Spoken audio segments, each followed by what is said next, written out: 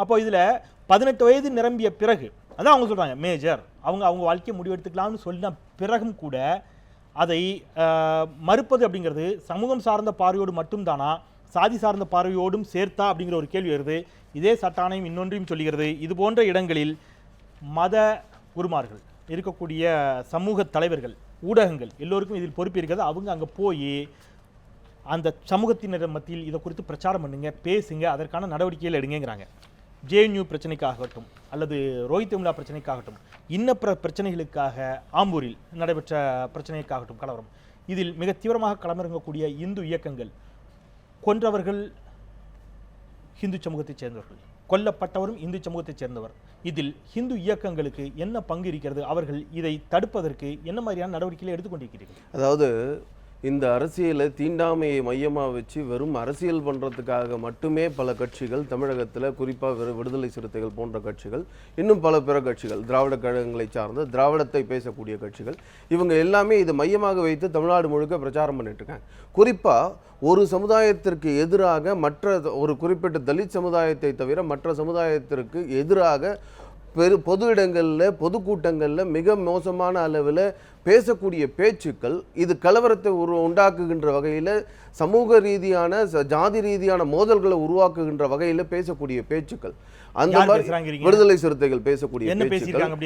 நம்முடைய இவர் திருமாவளவன் அவர் ஒரு கூட்டத்தில் பேசும்பொழுது ஒவ்வொரு மாற்று ஜாதி உயர் ஜாதி என்று சொல்லக்கூடிய ஜாதிய பெண்களுடைய வயிற்றில் ஒரு கருவு இருக்கணும் அப்படின்னு சார்த்தப்பட்ட என்று சொல்லி மாற்று ஜாதியை சார்ந்தவர்களையும் திருமணம் செய்து கொள்ள வேண்டும், அவர்களை திட்டமிட்டு இது போன்ற விஷயங்களை தமிழ்நாடு முழுக்க பல இடங்கள்ல பேசுறதுனாலே ஒரு ஜாதிய வித்தியாசங்கள் ஜாதிய அளவில் மோதல்களை உண்டாக்குகின்ற விஷயமாக இருக்கிறது.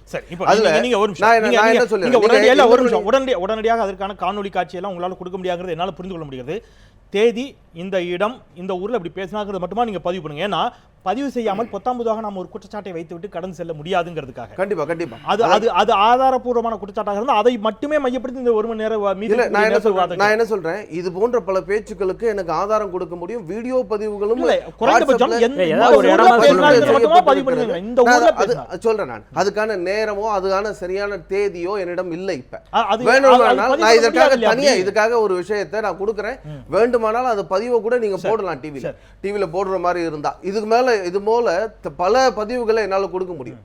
தமிழ்நாட்டில் சமீபத்தில் இந்து முன்னணி சார்பாக ஒரு ஆவணப்படம் வெளியிடப்பட்டிருக்கிறது. தமிழகத்தில் எங்கெல்லாம் ஆம்பூர்ல கலவரம் நடந்தது, பாதிக்கப்பட்ட பெண் ஒரு பவித்ரா என்பவள் தாழ்த்தப்பட்ட சமுதாயத்தை சார்ந்தவள், அவர்களுக்காக குரல் கொடுக்கல இது இந்த அரசியல் கட்சிகள். அதாவது விடுதலை சிறுத்தைகள் நாங்கள் தாழ்த்தப்பட்ட தலித் சமுதாயத்திற்காக போராடக்கூடியவர்கள் என்று சொல்லக்கூடியவர்கள் ஆம்பூர்ல பாதிக்கப்பட்ட பவித்ரா குடும்பத்திற்கோ அவர்களை சென்று பார்க்கவோ இல்லவே இல்லை. பேரணாம்பட்டு தனி தொகுதியாக இருக்கக்கூடிய வேலூர் மாவட்டத்தில் பேரணாம்பட்டு தனி தொகுதியாக இருக்கிறது. அந்த தகுதி தொகுதி மாற்றப்பட வேண்டும் என்பதற்காக சில முஸ்லிம் அமைப்புகள் போராடுகிறது. அதற்காக ஒரு கேள்வி வைக்கிறேன். நம்முடைய இளவரசன் மரணத்திலோ அல்லது கோகுல்ராஜனுடைய படுகொலையிலோ இன்றைய சங்கரினுடைய படுகொலையிலேயோ இந்த இந்துக்களினுடைய படுகொலையில் ஆம்பூரில் பவித்ராவினுடைய பிரச்சனையில் காட்டிய ஆர்வத்தை இந்து அமைப்புகள் ஏன் சங்கருக்கும் கோகுல்ராஜுக்கும் இளவரசனுக்கும் காட்டவில்லைங்கிறது சேர்த்து சொல்லுங்க. நான் இல்ல இந்த மாதிரி படுகொலைகளை, ஜாதிய படுகொலைகளை இந்து முன்னணி தொடர்ந்து கண்டித்து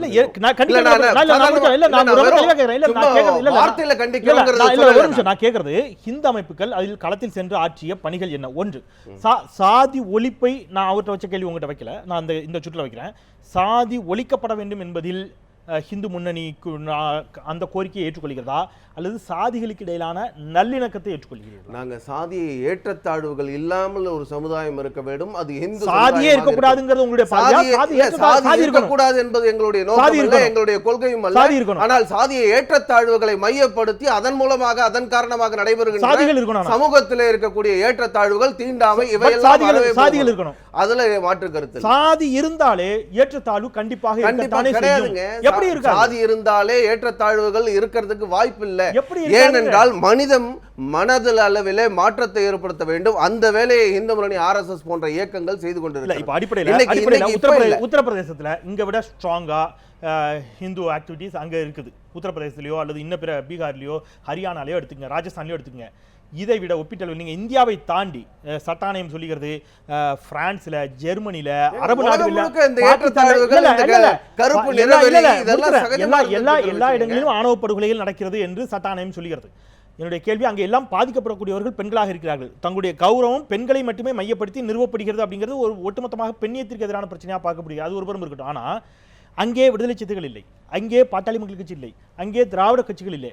அங்கே என்ன பிரச்சனை? இதை விட விகிதாச்சார அடிப்படையில் ரொம்ப அதிகமாகவே இருக்கிறது அங்கே. அதாவது நான் என்ன ஒரு விஷயத்தை, இந்து மதத்தில் இருக்கக்கூடிய இந்த தீண்டாமையானது ஒழிக்கப்பட வேண்டும். தீண்டாமை என்பது வெறும் வேரடி மண்ணோடு சேர்ந்து அழிக்கப்பட வேண்டியதுங்கிறதுல இந்து முன்னணி ஒரே கேள்வியோடு நான் பிரேக் போறேன். இந்து முன்னணி சாதியை ஏற்றுக்கொள்கிறதா, வர்ணத்தை ஏற்றுக்கொள்கிறதா?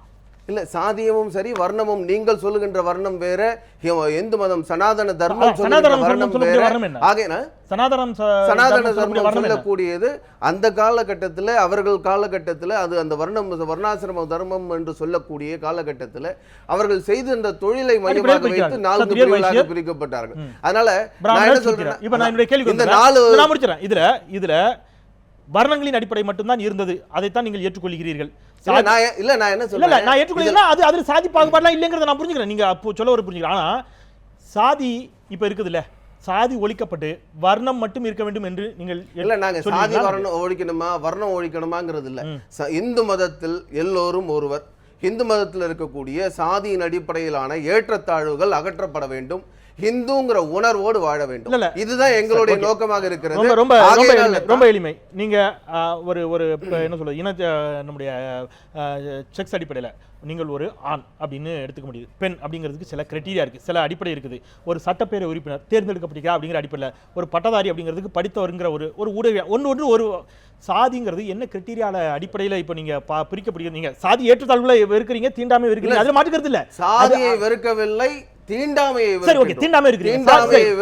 சாதிங்கிறது என்னங்கிறத கரெக்டா சொல்லுங்க. இப்போ எது சாதிங்கிறது என்னன்னு கரெக்டா? சாதிங்கிறது ஒரு காலகட்டத்தில் தன்னுடைய ஒவ்வொருவரும் ஒவ்வொரு குழுக்களாக ஒரு கிராமத்திலேயோ கிராமத்தை சார்ந்தவர்கள் குழுக்களாக வாழ்ந்த காலத்துல அது சாதியாக ஒரு காலத்துல, இப்போ அது தொன்று தொட்டு வந்து அதனுடைய பல குழுக்கள் இப்படி பல குழுக்களாக மாறி இருக்கிறது. ஆனா இன்னைக்கு தேவை என்ன?